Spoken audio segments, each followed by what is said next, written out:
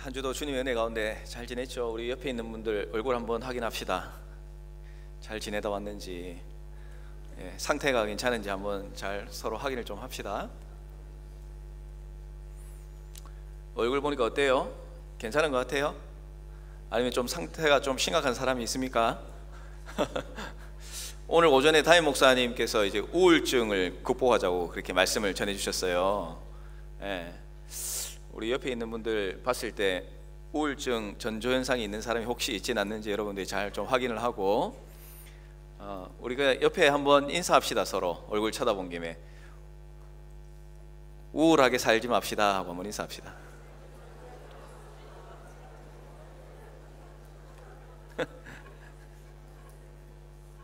예, 감사합니다. 그 어느 때보다 인사를 아주 적극적으로 하는 걸 보니까 그렇게 우울해 보이진 않는 것 같아요, 그죠? 우리 어제부터 이제 알파 우리 사역이 본격적으로 시작이 됐습니다. 그동안 이제 신청해 주시고 약속한 분들이 예정대로 잘 오셔가지고 어제 참 은혜 가운데 잘 이제 시작을 했습니다. 이제 진행되는데 여러분들의 기도가 많이 필요할 것 같아요. 기도해 주시고, 우리 참여한 게스트들이 특별히 이번 알파 사역을 통해서 우리 살아계신 예수님을 알게 되고 만나게 되는 그런 역사가 있을 수 있도록 기도해 주셨으면 좋겠습니다. 저도 이제 알파 사역은 처음이잖아요. 여러분들은 다 경험을 해보신 분들이 대부분이겠지만 저는 이제 처음이었어요, 어제. 그래가지고 기대 반 또 걱정 반 이런 마음으로 참여를 했는데, 이거 뭐 다들 잘 이렇게 연합돼가지고 준비된 대로 잘 진행을 하더라고요. 근데 이제 어제 저녁에 보니까 식사를 굉장히 정성스럽게 잘 준비했어요. 코스 요리가 나오더라고요. 여기서 아직 저는 여기 뉴질랜드에 와가지고 코스 요리 제대로 못 먹어본 것 같은데 코스가 이게 탁 나왔어요. 이름을 제가 잘 몰라가지고 뭐 딴 건 잘 모르겠는데 너무 맛있더라고. 근데 좀 아쉬운 게 하나 있었어요. 너무 조금 줘가지고 내한테 사람을 뭘로 보고 애기밥을 나한테 갖다 주더라고. 내가 우리 그 서빙하는 우리 헌신하는 친구들한테 내가 여기 앉아 있으니까 잘 그냥 두 번 말고 한 번에 먹을 수 있도록 갖다 달라고 신신당부를 했거든요. 근데 담임 목사님보다 더 작은 걸 나한테 갖다 줬어, 그 음식을. 그래가지고 먹으면서 맛있긴 너무 맛있는데 참 체면상 더 달라고 말하기도 좀 그렇고, 그래가지고 어제 희수 형제가 집에 갈 때 한 그릇 싸줬어요. 집에 가서 먹으라고. 근데 아침에 못 먹고 왔어, 안타깝게도. 우리 애들이 아마 다 먹었을 겁니다. 그래서 농담이에요. 또 뭐 다음에 뭐 이만큼 퍼주고 그러면 안 됩니다. 제가 원래 그만큼밖에 안 먹습니다. 조금만 먹는데 너무 맛있었다고 이제 말씀을 드리고 싶은 거예요. 그래서 참 좋았습니다. 너무 좋았고, 또 이제 새롭게 오신 분들도 아마 그렇게 정성스럽게 준비하고 이제 했다는 것을 알았기 때문에 마음속에 아마 조금은 좋은 감정이 생기지 않았을까라고 이렇게 기대해보는 그 밤이었어요. 우리가 이제 오늘 오전에 아까 담임 목사님께서 우울증을 극복하자라는 그런 말씀을 전해주셨는데 좀 많이 와닿았어요. 우리가 이제 살면서 굉장히 좀 그리스도인으로 살아가지만 또 천국 백성으로 우리가 살아간다고 고백은 하지만 하루하루를 살아갈 때 우리는 이제 아니라고 부인할 수는 있겠지만 정직하게 우리 자신을 돌아보면 참 우울할 때가 많다라고 느낄 때가 있는 것 같아요. 저도 이제 돌아보면은 하루에 최소 한 번 이상은 우울함을 좀 경험할 때가 있는 것 같습니다. 어제 저녁에도 제가 잠시 우울함을 느꼈다고 여러분한테 좀 말씀을 드렸지만 좀 이제 우울을 느낄 때가 있는 것 같아요. 지극히 사소한 것 가지고도 조금 우울함을 느낄 때도 있고, 또 한 번씩은 이제 한국에 계신 어머님 생각하면 또 감정이 또 막 이렇게 또 내려앉는 그런 느낌도 하게 되고, 사람들은 이제 각자 다양한 이유를 가지고 우울함을 우리가 경험하면서 살아갑니다. 그런데 이제 그런 것들을 이제 극복하려면 그런 것 같아요. 당장 주어질 때는 우울하지만 거기에 대해서 계속 우리가 좀 생각을 하고 준비를 하고, 그리고 이제 담대한 마음으로 살아가기 위해서 노력할 때에 그 우울감으로부터 조금 벗어날 수 있고, 그리고 가장 중요한 방법은 나중에 이제 말미에도 한 번 더 말씀을 드리겠지만 우리 살아계신 하나님과 동행하는 삶을 살아갈 때에 우리가 이제 이 우울함으로부터 벗어날 수가 있다는 사실이에요. 자, 그래서 우리가 이제 평소에 담대한 마음으로 준비된 삶을 살아가는 게 참 중요한데, 이제 우리가 하반기를 시작하고 어제 알파 사역을 시작하면서 우리 하반기 사역들이 지금 본격적으로 진행이 되고 있습니다. 그래서 이제 알파 사역도 해야 되고, 우리 이제 전도 축제도 해야 되고, 또 선교팀 주최로 하는 뭐 바누아트 데이도 해야 되고, 그 외에도 뭐 우리 체육 대회도 해야 되고, 뭐 또 크리스마스 우리 성탄 준비도 또 해야 되고, 뭐 할 일이 참 많더라고요. 그래서 이것들 이제 다 해 나갈 때 참 기분 좋게 우리가 해 나갈 것이라 기대는 하지만, 그래도 이 일들을 우리가 시작하면서 우리가 이제 하나님 앞에서 우리의 마음을 또 돌아보고 또 이 일들을 잘 감당하기 위해서 준비하지 않으면 일만 하다가 한 해를 그냥 보낼 수가 있어요. 우린 일하기 위해서 모인 사람이 아니라 그 일을 통해서 하나님과 만나고 하나님과 동행하고 하나님으로부터 주시는 그런 기쁨들을 누리기 위해서 우리가 그 일들을 하는 거거든요. 그래서 이런 본질들을 놓치지 않고 우리가 한 마음으로 일을 해 나가기 위해서 어떤 마음으로 준비를 좀 해야 될까, 그리고 어떤 자세로 우리가 이 일들을 감당해 나갈 것인가 하는 부분들을 오늘 이제 말씀 또 다음 주 이렇게 계속 좀 살펴보려고 그렇게 생각을 합니다. 여러분, 이제 오케스트라에 보면 지휘자가 있어요. 그 지휘자의 지휘에 맞춰 가지고 각종 뭐 악기들이 조화로운 소리를 낼 수가 있습니다. 그 지휘자 가운데에 세계적으로 굉장히 유명한 사람이 한 사람이 있어요. 원래 알았던 건 아니고 제가 찾아보니까 이런 분이 있더라고요. 그 이름이 뭐냐면 토스카니라는 사람이었어요. 이제 굉장히 세계적으로 유명한 지휘자라고 그렇게 이야기를 하던데, 이 토스카니가 원래 지휘자가 아니라 원래 전공이 뭐냐면 첼로를 연주하는 첼리스트였습니다. 그런데 이 토스카니가 살아온 이 환경들을 보니까 굉장히 좀 불우한 삶을 살았습니다. 가난한 집의 아들로 태어났고요. 그리고 부모님의 사랑을 받지 못하고 그렇게 자랐다고 이야기를 합니다. 그래서 참 힘든 그런 상황이었는데, 가장 큰 어려움이 무엇이었냐면 이제 이 시력에 문제가 있었어요. 굉장히 이제 심한 시력이 안 좋아가지고 뭐 이제 악보나 이런 것들을 제대로 볼 수 없는 그런 눈을 가지고 있었다고 그래요. 자, 여러분, 이제 첼리스트가 악기를 물론 잘 다루기 위해서 뭐 손이나 박자감이나 이런 것도 중요하지만, 그래도 가장 기본적으로 악보를 볼 수 있어야 되잖아요. 악보를 봐야 연주를 할 수 있고 흐름을 알 수 있고 또 지휘자의 어떤 지혜들도 볼 수가 있기 때문에 그렇습니다. 이런 약점을, 치명적인 약점을 가지고 있었는데, 그런데도 불구하고 이 토스카니가 절망하지 않았다고 그래요. 그리고 절망하지 않고 최대한 노력을 많이 기울여서 이제 그 첼리스트로 점차 자리를 잡아가기를 시작합니다. 그런데 이제 그 약점을 어떻게 극복했는가 보니까, 이 관현악단 일원으로 연주할 때마다 그때 연주하는 악보를 어떻게 했겠어요? 잘 안 보이니까 그냥 통째로 외워버린 거예요. 그렇게 자기의 약점을 지워버렸다라고 이렇게 이야기를 합니다. 자, 그런데 이제 지금까지는 뭐 악보를 외워가지고 첼로를 잘 켜면 문제가 없으니까 그냥 첼로를 잘 연주하는구나 정도로 사람들이 생각을 했습니다. 그런데 이 첼리스트였던 토스카니가 지휘자로 인정을 받는 한 사건이 일어나게 돼요. 어떤 사건이 일어나게 됐냐면, 한 번은 이제 연주회를 이제 시작을 하는데, 연주회가 딱 시작되기 직전에 지휘자가 갑작스러운 일 때문에 공연장에 오지를 못한 거예요.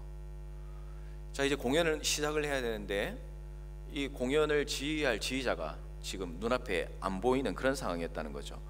그래서 지휘자가 없으니까 연주가 진행하지 못하니까 거기에 있던 모든 단원들이 한숨만 쉬고, 그동안 노력했던 거 다 끝났다, 이제 어떻게 하나, 이렇게 걱정하고 낙심하고 있는 그때였어요.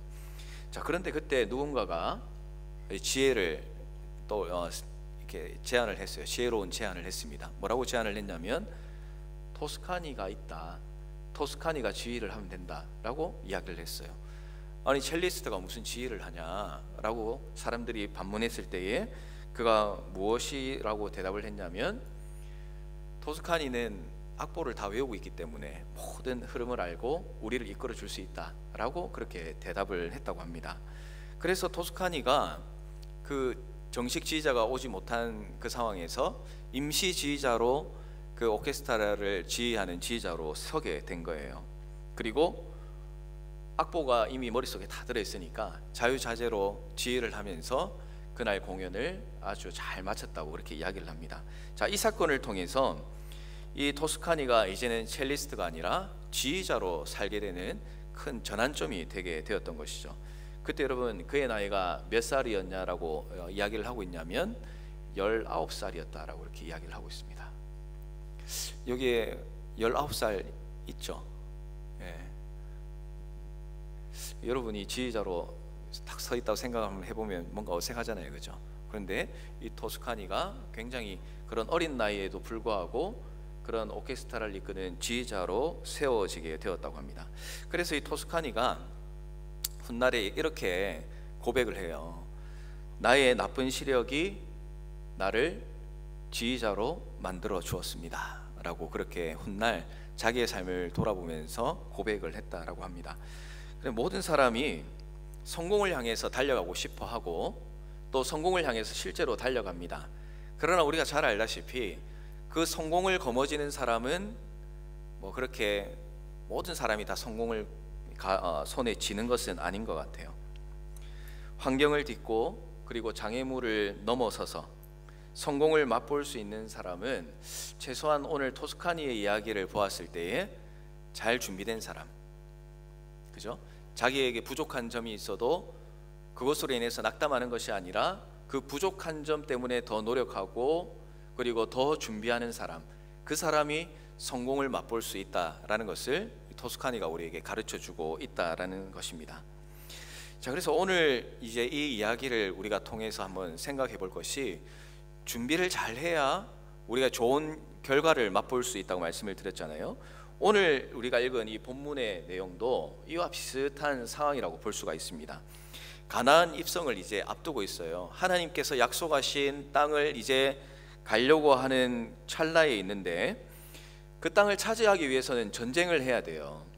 근데 전쟁은 그냥 이루어지는 것이 아니라 잘 준비해야 이길 수가 있는 것입니다. 전쟁의 앞에서 준비하는 것이 너무 중요하다는 것을 여러분들 아시죠? 그래서 여호수아와 이스라엘 백성은 가나안 정복을 이제 앞두고 최종 준비 작업을 하고 있습니다. 그런데 이제 준비하는 것을 보고 있으니까 이제 여기에서 좀 뭔가 이상한 거예요. 전쟁을 여러분 준비한다고 생각할 때에는 아마 지금 여러분들이 떠올리는 전쟁을 준비할 때는 이렇게 준비를 하겠지, 이런 것들을 잘해야 되겠지라고 스쳐 지나가는 생각들이 있을 텐데, 오늘 이 본문에서 준비하고 있는 내용들을 보면 진짜 전쟁에 나가는 사람들이 맞나? 라는 생각이 들게 하는 준비 내용이라고 할 수가 있어요. 여러분 전쟁을 하려면 어떻게 해야 됩니까? 체력도 좀 길러야 되고요. 그리고 무기도 잘 다듬고 이제 정리를 해야 돼요. 그리고 전쟁을 하려면 식량도 비축을 해야 되니까 식량 관리도 이제 잘 해야 됩니다. 그리고 뭐 전술도 세우고 어떻게 하면 싸워서 이길 건지 여러 가지 방법들을 연구하고 연습하는 게 전쟁 준비라고 할 수 있어요. 그런데 그들이 지금 무엇을 하고 있냐면 할례를 하고 유월절을 지키고 그리고 곡식을 먹는 모습이 나타나고 있습니다. 아니 이게 도대체 전쟁을 앞두고 이것이 무슨 의미가 있는지 여러분 좀 이해가 되지 않는 그런 거잖아요, 그죠? 그래서 여호수아가 도대체 왜 이런 일을 할까, 또 이런 모습으로 했을 때 과연 전쟁에서 이길 수 있을 것인가 라는 이런 생각들을 우리가 해보게 됩니다. 사람의 눈으로 볼 때에는 도저히 이길 수 없는 전쟁 준비 모습이고 또 이렇게 하면 안 될 것 같은 생각이 드는 상황이지만, 그런데 이제 오늘 말씀을 이제 살펴보면서 우리가 기억해야 되는 것은 이 여호수아와 백성들이 세상에 있는 그 누구보다도 가장 철저하게 전쟁을 준비하고 있었다는 사실이에요. 왜냐하면 그들은 하나님의 말씀대로 하나님의 뜻대로 전쟁을 준비하고 있었기 때문에 그렇습니다. 오늘도 우리는 영적인 전쟁을 치르고 살아간다고 제가 누차 말씀을 드리고 있습니다. 일반적인 사람들은 세상 속에 살아가면서 자신이 세운 계획과 그리고 자신의 뜻대로 살아가고 있습니다. 그리고 그렇게 살아나가면서 나름대로의 성취를 맛보면서 살아갑니다. 그런데 그리스도인들은 어떻습니까? 똑같은 눈에 볼 때는 똑같은 세상 가운데 살아가는 것 같지만, 그러나 우리는 우리의 삶이 우리의 것이 아니고 하나님의 것이고, 또 그리스도인의 삶은 내 생각과 내 뜻대로 살아가는 사람이 아니라 하나님의 뜻과 하나님의 계획과 하나님의 생각대로 살아가는, 또 그렇게 살아가야 하는 존재라는 것을 여러분들이 인정을 하고 있을 것입니다. 그래서 하나님의 백성은 하나님의 생각과 뜻대로 살아가야 되는 거예요. 내가 생각한 것과 다를지라도, 일반적으로 전쟁에서 이기려면 이런 방법을 준비해야 되는데 하나님께서 전혀 다른 명령과 말씀을 주셨다 하더라도 이것이 하나님께서 주신 말씀이라는 확신이 있다면 그대로 순종하고 하나님의 뜻대로 걸어가는 사람이 바로 그리스도인이다라는 것을 우리는 기억해야 하는 것입니다. 우리는 세상에 살아가면서 어떤 모습으로 전쟁을 준비하고 살아가고 있습니까? 전쟁을 우리가 준비를 해야 하는데 하나님의 말씀이 아니라 내 방식대로 혹시 준비하며 살아가고 있지는 않는지 우리 자신을 한번 돌아봐야 됩니다. 또한 무엇을 해야 할지 몰라가지고 하나님 앞에 물어보는 것보다 내가 주위에 있는 사람들을 통해서 알아보려고 하는 그런 모습들이 더 크진 않는지도 생각해 봐야 됩니다. 오늘 이 시간은 하나님 앞에서 여호수아와 이스라엘 백성이 어떻게 전쟁을 준비하는지, 준비 과정을 보면서 우리가 이제 놓치고 살았던 부분들, 또 우리가 놓치고 있었지만 이제 해야 할 일들이 무엇인지를 발견할 수 있는 그런 시간이 되었으면 좋겠습니다. 먼저 오늘 말씀을 통해서 우리가 이제 하나님의 맡겨주신 사명을 감당하고 영적 전쟁을 잘 감당하기 위해서 반드시 기억해야 될 첫 번째 것이 무엇이냐면 하나님의 은혜와 사랑을 기억해야 된다라는 사실이에요. 여러분, 5장 초반 우리가 읽진 않았지만 말씀에는 할례를 시행하고 나서 오늘 본문에 이제 유월절을 지키는 모습이 나타나고 있습니다. 10절에 보면 이스라엘 자손들이 길갈에 진쳤고 그달 14일 저녁에는 여리고 평지에서 유월절을 지켰다라고 기록을 하고 있습니다. 민수기 9장 1절부터 5절 말씀에 보면 출애굽을 하고 나서, 그러니까 애굽을 떠나고 나서 이 시내 광야에서 시내산으로 떠나기 전에 유월절을 첫 번째로 지키는 장면이 나타나요. 시내산에서 첫 번째로 지켰고 지금 이제 오늘 본문에서는 두 번째로 지키는 내용이 나타납니다. 그런데 하나님이 왜 지금 이 전쟁을 앞두고 있는데 유월절을 지키라라고 하나님께서 말씀을 하셨느냐는 거죠. 여러분 참 신기하잖아요, 그죠? 지금 이제 전쟁해야 되는데 굳이 그 예전에 그 절기를 지키라고 하신 말씀이 무엇일까? 참 그런 고민들이 생깁니다.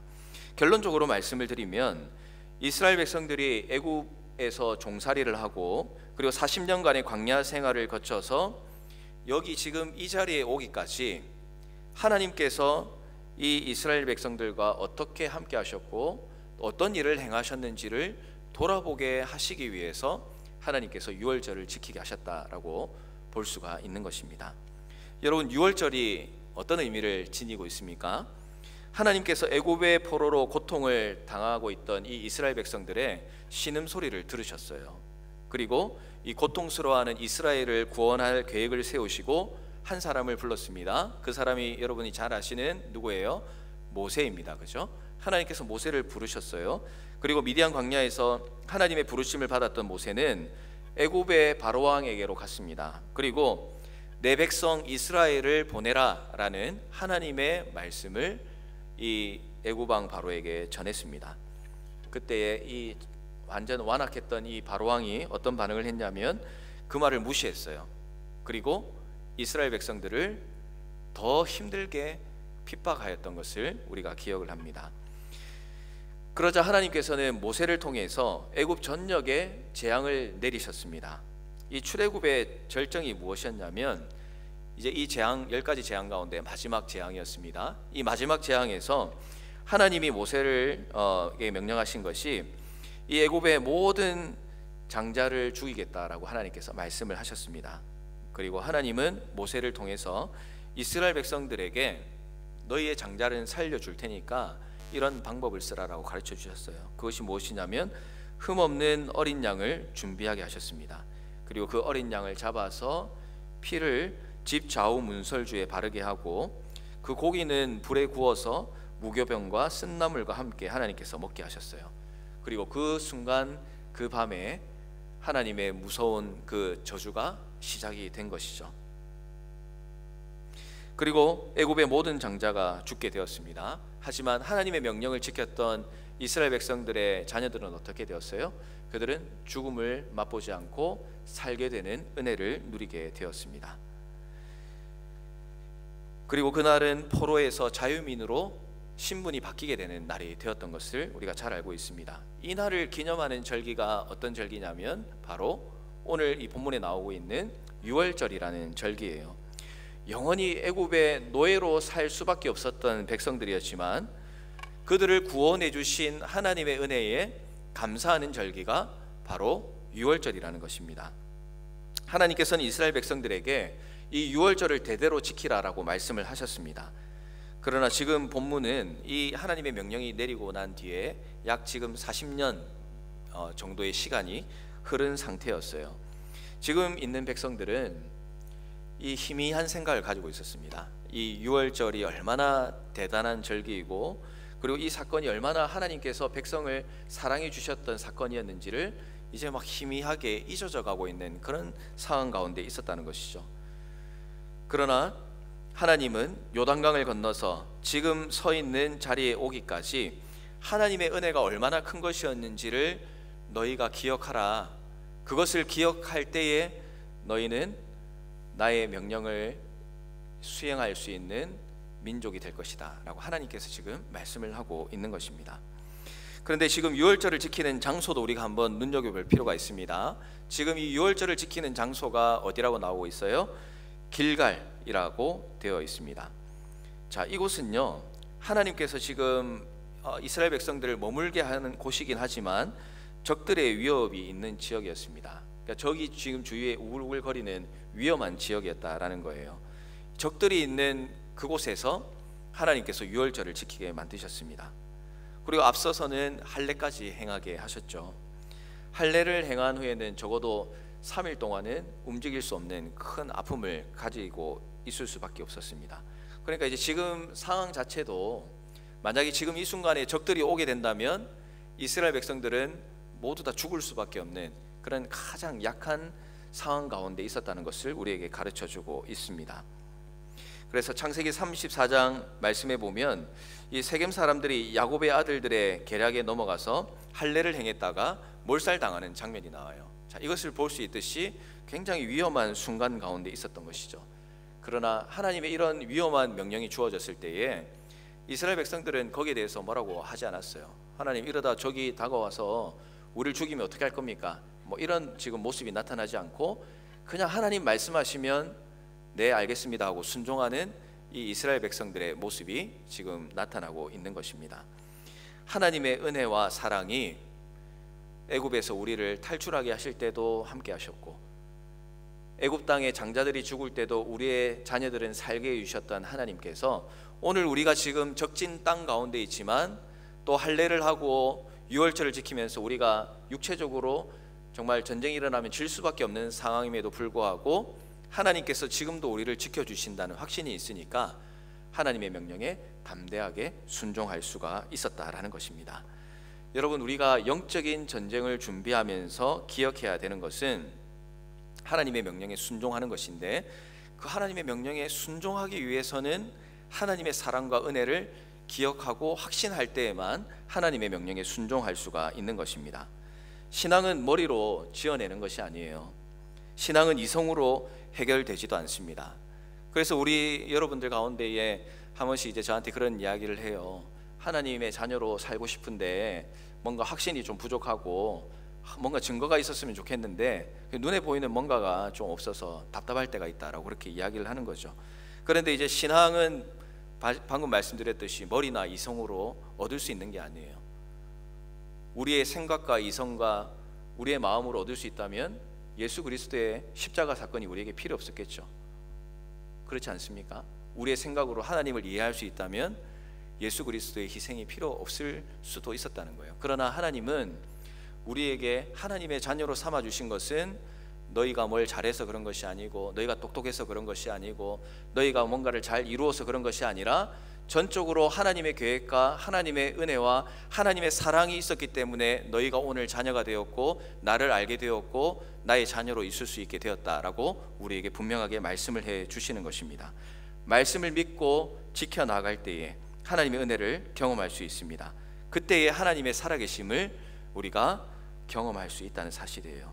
사랑하는 여러분, 우리가 신앙생활을 한다고 할 때에 이제 기억해야 되는 것은 하나님의 은혜를 기억하는 것입니다. 하나님께서 행하셨던 일들이 마치 과거의 신화 속에 있었던 일처럼 여러분 느껴지지 않도록 우리가 조심을 해야 됩니다.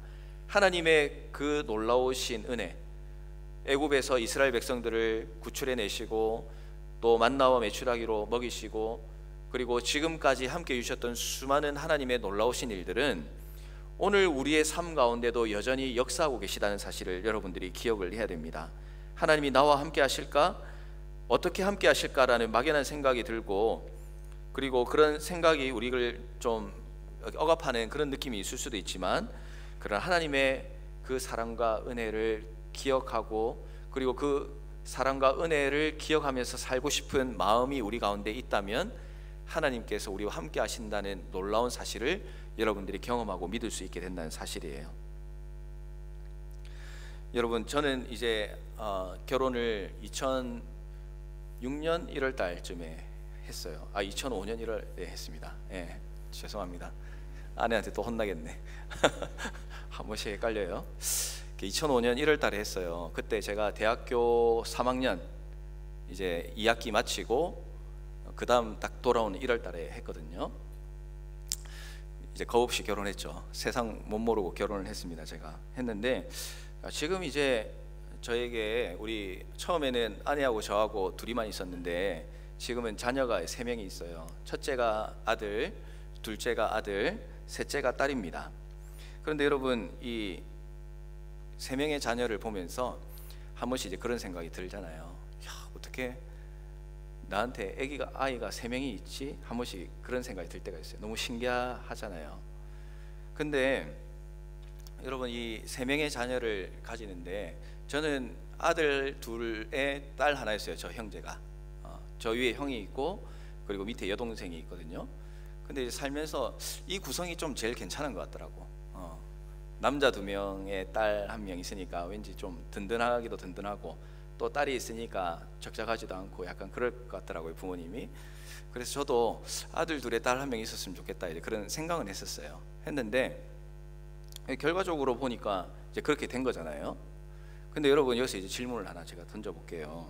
여러분, 제가 아들 둘하고 딸 하나를 있었으면 좋겠다고 막연히 생각은 했지만, 자, 내가 몇 년도 몇 월 달에 첫 번째는 아들을 낳을 것이다.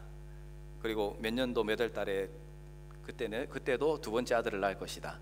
또 몇 년도 몇 월 달에 그때는 이번에는 딸이다 라고 제가 계획을 하고 아이들을 이렇게 지금 있게 되었겠어요? 아니면은 그냥 있다 보니까 이렇게 된 것 같아요?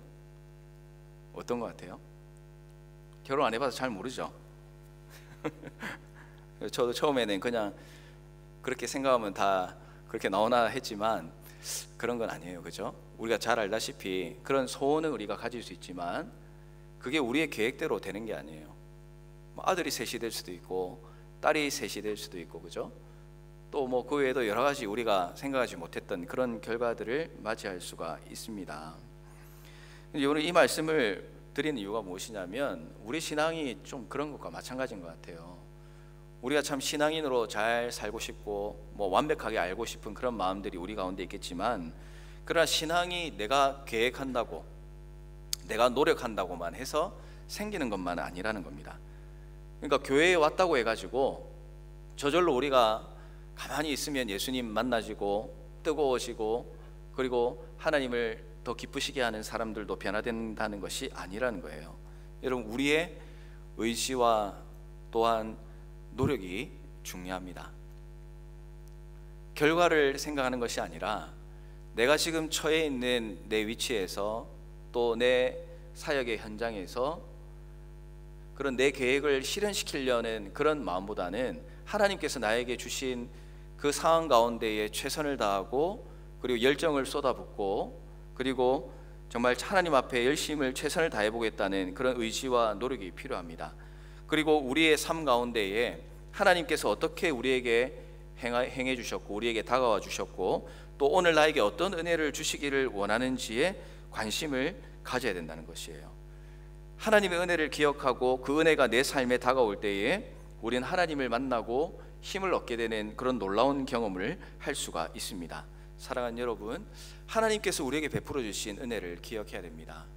신앙생활을 오래 하신 분들은 예수님을 만나서 뜨거웠던 것, 사역하면서 기뻤던 것, 또한 그리스도인으로 살아가면서 하나님께서 부어주셨던 그 사랑, 예수 그리스도의 십자가 은혜, 여러분 이런 것들을 여러분의 삶 가운데서 계속해서 기억하고 그 은혜들을 누리기 위해서 의지를 가지고 노력하고 또 더 그것들을 느끼기 위해서 시도하고 하나님 앞에 열정적으로 나아갈 필요가 있습니다. 오신 지 얼마 안 된 분들도 역시 마찬가지예요. 오신 지 얼마 안 된 분들은 나는 하나님의 은혜가 뭔지 잘 모르는데요, 하나님이 나에게 뭘 해주셨는지 아직 잘 모르겠는데요, 아직 하나님이 계신지도 모르는데 도대체 무슨 은혜를 기억하라고 저한테 이야기하세요? 라고 질문할 수 있을 것 같아요. 그러나 여러분, 다르게 한번 생각해 보시길 바랍니다. 여러분들이 오늘 이 자리에 나와서 하나님 앞에 예배드리고 말씀을 듣고 함께 기도하고 찬양할 수 있었던 것은 하나님이 여러분을 사랑하셨기 때문에, 하나님이 여러분과 함께 하시기 때문에 오늘 이 자리에 나왔다는 사실을 기억해야 돼요. 하나님이 여러분에게 은혜 주시지 않았고 하나님이 여러분을 사랑하시지 않았다면 오늘도 여러분들은 교회를 내가 왜 가? 교회 가서 내가 얻는 게 뭐야? 라는 생각으로 지금도 어딘가에서 카페에서 커피를 마실 수도 있고 친구들과 어디 놀러 갔을 수도 있고 여러분들 교회가 아니라 다른 곳에 있을 수 있는 사람들이었습니다. 그러나 여러분들에게 그런 궁금함을 가지고 또 여러분에게 교회로 오고 싶어하는 마음을 가지게 하시고 또 오늘 이 자리에 나와서 100%다 알아듣지는 못해도 뭔가가 조금은 더 알아들을 수 있고 또 알고 싶은 마음이 있고 또 잘 모르지만 그래도 뭔가 생각이 들게 하고 이런 모든 과정들이 하나님의 은혜로 가능하게 되었다는 사실을 여러분들이 꼭 기억을 해야 된다는 사실입니다. 그래서 여러분들이 오늘 이 자리에 이 순간에 있는 그때부터는 하나님의 은혜 가운데 있는 사람이라는 사실을 기억하고 여러분 감사할 수 있는 사람이 되어야 된다는 것을 기억하십시오. 저는 오늘 담임 목사님 설교가 참 마음에 와닿았다고 아까 말씀을 드렸죠. 우울증을 극복하자는 말씀을 해주셨는데 어떻게 하면 극복할 수 있을까 들어보니까 우리 적절한 휴식이 필요한 거예요. 잘 먹고 잘 자고 또 잘 먹고 잘 자고 이런 삶을 살아야 우리가 또 회복하고 더 나은 일에 힘을 쏟을 수 있는 사람이 된다는 것입니다. 그 잘 쉴 수 있는 가장 좋은 방법이 무엇이냐면 우리 하나님께서 가르쳐 주신 대로 안식일을 기억하여 거룩히 지키라 라는 이 말씀을 우리가 순종할 때에 우리는 자연스럽게 잘 쉬는 일에 동참할 수가 있는 겁니다. 또 하나가 무엇이었냐면 하나님의 뜻을 잘 분별하는 것이었어요. 하나님께서 내 삶에 어떤 방향으로 나가기를 원하시는지 그 방향을 하나님의 뜻 가운데 잘 분별하는 것이 중요하고요. 또한 이제 세 번째로 중요한 것이 바로 하나님이 주시는 소망 가운데 살아가야 된다라고 이렇게 말씀을 하셨습니다. 우울증을 이기는 방법도 그렇듯이 오늘 우리가 하나님의 자녀로 잘 살아가고 또 하나님께서 맡겨주신 일들 잘 해나가기 위해서는 우리가 그 시작점에서 나에게 부어주신 하나님의 은혜와 사랑을 기억하는 것이 너무나 중요합니다. 하나님이 나를 사랑하시고 나를 이 자리까지 인도해 주셨구나. 내가 정말 지금도 교회가 아니라 밖에서 헤매고 있는 사람이어야 되는데 하나님께서 나를 교회로 인도해 주시고 하나님의 자녀로 삼아 주셨구나 라는 그 고백이 여러분에게 있을 때에 여러분들은 하나님의 일을 충실하게 감당할 수 있는 그런 하나님의 사명자로 영적 전쟁을 감당할 수 있는 사람으로 하나님께서 세워주신다는 것입니다. 그럼 은혜와 사랑을 기억하는 방법을 저도 좀 알고 싶은데요, 그런 여러분 마음을 갖고 있는 분들이 있을 줄 압니다. 여러분, 우리가 주님을 은혜와 사랑을 기억하는 방법은 여러 가지가 있을 수 있습니다. 우리가 주님을 처음 만났던 날을 기억하는 것, 그리고 하나님의 말씀을 읽고 또 큐티 생활 해 나가는 것, 기도하는 것, 찬양하는 것, 또 때로는 신앙 서적을 읽는 것, 그리고 교회의 여러 가지 훈련들에 동참하는 것, 또 청년부 안에 있는 여러 사역들 가운데에 또 동참하는 것, 또 섬기는 자리로 나아가는 것, 그리고 예배에 참여하는 것, 참 너무나 할 것이 사실은 많이 있어요. 그런데 여러분, 그 가운데에 여러분에게 조금 더 동참했으면 좋겠다라는 그런 마음은 저도 이제 가지고 있죠. 그 가운데에 지난주에 보니까 새벽기도에도 나온 우리 지체들이 있더라고요. 제가 설교하는데 보니까 얼마나 힘이 나고 반가운지 몰랐어요. 그리고 이제 수요일에도 예배에 나와서 하나님 앞에 나온 친구들도 있습니다. 여러 가지 방법 가운데 예배에 참여하는 것도 하나님의 은혜와 사랑을 기억하는 방법이라고 말씀을 드렸는데, 여러분이 하나님의 은혜와 사랑을 좀 느끼고 살고 싶어요, 하나님의 사랑을 경험하면서 살고 싶어요 하면서 정작 우리가 하나님 앞에 내 시간을 드리고 또 뭔가 더 노력하는 부분들에서는 부족한 부분이 있습니다. 혹시나 이제 그런 마음을 갖고 있는 분들이 있다면 조금 더 예배에 더 참석해보고 싶은 그런 시도들을 여러분들이 한번 해봤으면 좋겠습니다. 우리가 이런 여러 가지 시도들을 하면 할수록 우리는 하나님의 은혜와 사랑을 더 깊이 알아가고 자주 알아갈 수 있는 사람이 된다는 사실을 여러분들이 꼭 기억을 했으면 좋겠어요. 분명한 것은 하나님께 가까이 나아가려고 하면 할수록 하나님께서 우리에게 주신 은혜를 더 선명하고 더 분명하게 알아갈 수 있다는 사실을 우리가 기억을 해야 됩니다. 오늘 우리가 이 자리에 나올 수 있었던 것, 또 여러분을 하나님의 자녀로 삼아주신 것, 또 때로는 우리가 숨쉬고 호흡하고 그렇게 살아갈 수 있는 모든 환경들을 허락해 주신 우리 하나님, 그 하나님의 은혜로 우리가 살아가고 있다는 사실을 여러분이 꼭 기억하시고 믿으시길 바랍니다. 하나님의 은혜를 기억하고 감사하는 사람만이 이 영적인 전쟁을 능히 감당할 수 있는 그런 존재로 살아갈 수가 있습니다. 하나님의 은혜를 기억하고 감사하고 또한 날마다 잘 준비하시길 바랍니다.